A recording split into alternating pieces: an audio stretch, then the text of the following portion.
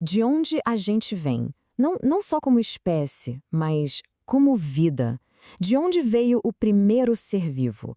Essa é, talvez, uma das perguntas mais profundas que a gente já se fez, e olha, por séculos isso deu o que falar.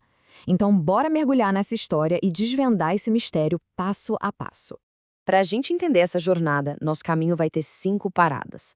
A gente começa com um grande debate histórico, depois vê como os experimentos trouxeram as provas, aí a gente investiga a receita química original da vida, define o que é estar vivo e, por fim, chega na unidade fundamental de tudo isso. Bom, tudo começa com aquela questão que dividiu os pensadores por muito, muito tempo. Será que a vida simplesmente aparece do nada ou ela precisa de um empurrãozinho inicial? De um lado da briga, a gente tinha a abiogênese, também conhecida como geração espontânea. Por séculos parecia meio óbvio, né? Você largava um pedaço de carne e, do nada, apareciam larvas. A vida parecia brotar do que não era vivo. Do outro lado, a biogênese, que defendia uma ideia que hoje soa bem mais familiar pra gente. Vida só vem de outra vida. Só que naquela época, provar isso era um desafio e tanto. E como é que a ciência resolve essas grandes questões? Com experimentos, com provas. Então, vamos dar uma olhada no passo a passo de como a gente foi desvendando esse mistério. Olha só que sacada genial a desse experimento do Francisco Redi. No primeiro pote, o aberto, claro, apareceram moscas e larvas. No terceiro, que estava bem fechado, nada. Mas a prova de fogo está no segundo pote. A gaze não deixava as moscas chegarem na carne e, adivinha, nenhuma larva apareceu. Isso provou que as larvas vinham dos ovos das moscas e não da carne. Foi um golpe duríssimo na ideia da abiogênese.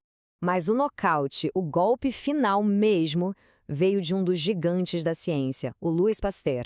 Ele basicamente cravou a regra que a gente segue até hoje. E esse experimento aqui é brilhante. Ele fecha a questão de vez. Pasteur usou esses frascos com um pescoço de cisne. Primeiro, ele fervia um caldo para matar qualquer micróbio que tivesse ali. O ar conseguia entrar, mas toda a poeira e os micro-organismos ficavam presos naquela curva do gargalo. E o resultado? O caldo ficava limpinho por um tempão. Mas, no segundo em que ele virava o frasco e o caldo encostava na poeira, pronto, contaminação na certa. Fim de papo para a geração espontânea. Ok, se vida só vem de vida, fica a pergunta: de onde veio a primeira vida de todas? Aí, a ciência teve que mudar o foco da pergunta. Vamos voltar lá no tempo para uma Terra bem primitiva, um lugar bem diferente do que a gente conhece.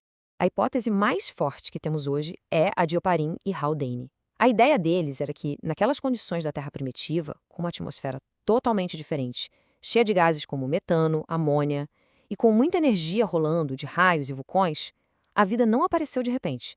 Ela foi fruto de uma evolução química bem lenta e gradual. Então, a sequência é o ponto-chave aqui. Primeiro, a gente tinha só gases simples na atmosfera. Com toda aquela energia, eles começaram a se combinar e formar moléculas orgânicas simples, tipo aminoácidos, que são os tijolinhos da vida. Depois, esses tijolinhos se juntaram e formaram estruturas maiores, como as proteínas. E, finalmente, tudo isso se agrupou em umas gotículas, os coacervados, que seriam as precursoras das primeiras células. É como se fosse a receita química da vida. Isso tudo leva a gente para outra pergunta, talvez até mais básica. Já que estava falando da origem da vida, o que exatamente é a vida? O que faz uma bactéria ser diferente de uma pedra? Na biologia, é como se a gente tivesse um checklist. Para algo ser considerado vivo, precisa ter organização em células, uma química própria e a capacidade de se reproduzir. Precisa também de metabolismo, para gerar energia, e de reagir ao que acontece no ambiente. E, por fim, precisa ser capaz de evoluir e de manter um equilíbrio interno, o que a gente chama de homeostase. Curiosamente, se a gente voltar lá nos coacervados, eles já tinham alguns itens dessa lista, mas ainda faltava a reprodução e um metabolismo complexo.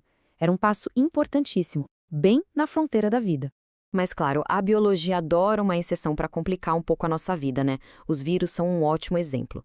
Eles não têm células e não conseguem se reproduzir sozinhos. Precisam invadir um hospedeiro. É por isso que eles ficam ali, no limite, bem na fronteira entre o que a gente considera vivo e o que não é. E já que ter célula é o primeiro item do nosso checklist, vamos ver como foi que a gente descobriu essa unidade básica que define quase toda a vida que conhecemos.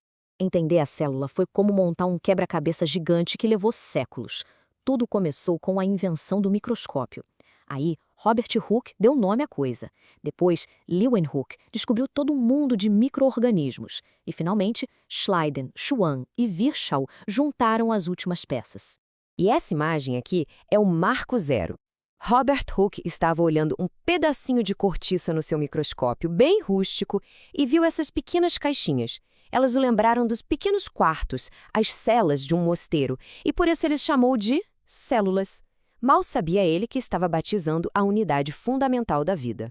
A partir dessas descobertas todas, a gente chegou na teoria celular, que se apoia em 3 ideias centrais.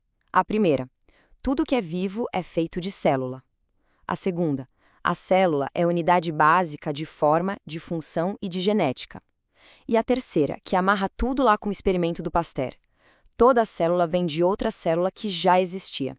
Isso tudo deixa a gente com a pulga atrás da orelha para pensar. A gente saiu de acreditar que a vida vinha da lama para entender a evolução química e a complexidade de uma célula.